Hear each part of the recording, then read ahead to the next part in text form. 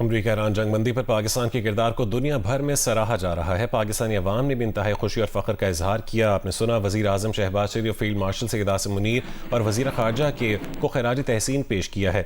इसी मामले पर बात करने के लिए हमारे साथ सीनियर सहाफ़ी और एंकर पर्सन हामिद मीर साहब मौजूद हैं और दिफाई तज़कियाकार मोहम्मद अली साहब मौजूद हैं। हामिद मीर साहब, सबसे पहले आपकी जानिब आएंगे कि पाकिस्तान ने उम्दा सफारतकारी की एक मिसाल कायम की है और बैनुल अक़वामी सफारतकारी के मुहाज पर एक मरकज़ और महवर बनकर उभरा है। क्या कहेंगे पाकिस्तान की दुनिया में अमन बहाल करने की इस कामयाब काविश पर?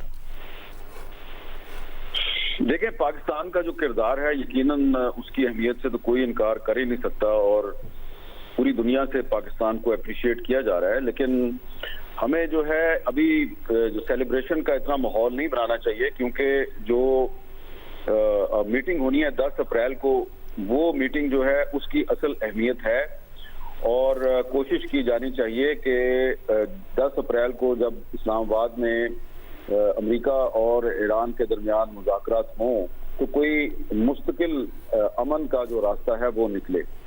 देखें, ये जो जंग है इसका ताल्लुक सिर्फ ईरान पर अमेरिका की बमबारी और ईरान की तरफ से आबनाए हुर्मुज को बंद करने तक नहीं है। अगर ईरान ने इसको 14 दिन के लिए आबनाए हुर्मुज को खोलने का ऐलान किया है तो बाकी जो उनकी शराइत है आप उनको भी पढ़ें। वो कह रहे हैं कि हमें एक मुस्तकिल अमन का फार्मूला चाहिए जिसको कि इंडोर्स करे यूनाइटेड नेशंस।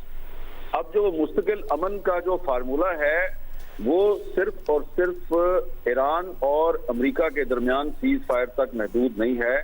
उसका ताल्लुक लिबनान से लेके गजा तक जो इजराइल की जारहियत है उसके साथ उसका बहुत गहरा ताल्लुक है।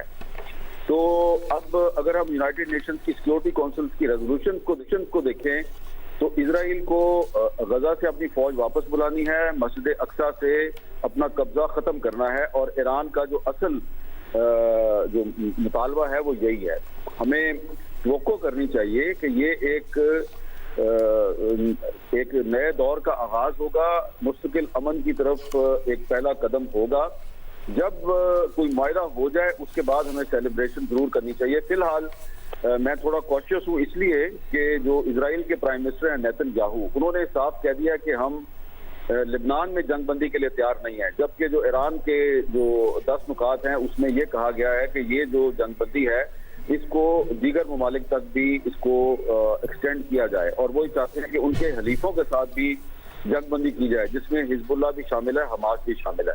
तो जब तक इजराइल जो है वो हिजबुल्लाह और हमास के साथ सीज फायर नहीं करता तो मुस्तकिल अमन का रास्ता नहीं खुलेगा। तो इसलिए हमें इंतजार करना चाहिए और जो डिप्लोमेटिक हमारी एफर्ट्स हैं उसमें हमें मजीद ममालिक को शामिल करना चाहिए और कोशिश की जानी चाहिए कि ये एक इंटरनेशनल मूव बन जाए। एक इंटरनेशनल डिप्लोमेटिक एफर्ट के तौर पे हमें अपनी कोशिश जारी रखनी चाहिए। अगर हम फौरी तौर पे सेलिब्रेशन शुरू कर देंगे और मुतालबे शुरू कर देंगे, फलां को नोबेल अमन इनाम दे दो, फलां को नोबेल अमन इनाम दे दो, तो हमें याद रखना चाहिए कि ये जो सीज फायर हुआ है इसका सबसे ज्यादा नुकसान नेतन्याहू को है। नेतन्याहू पूरी कोशिश करेगा कि ये सीज फायर किसी तरीके से खत्म हो जाए और उसकी साजिशें जो हैं वो इस वक्त भी आप सबको नजर आ रही हैं। तो ईरान को और अमेरिका को नेतन्याहू की साजिशों से होशियार रहना चाहिए। बहुत शुक्रिया हामिद मीर साहब।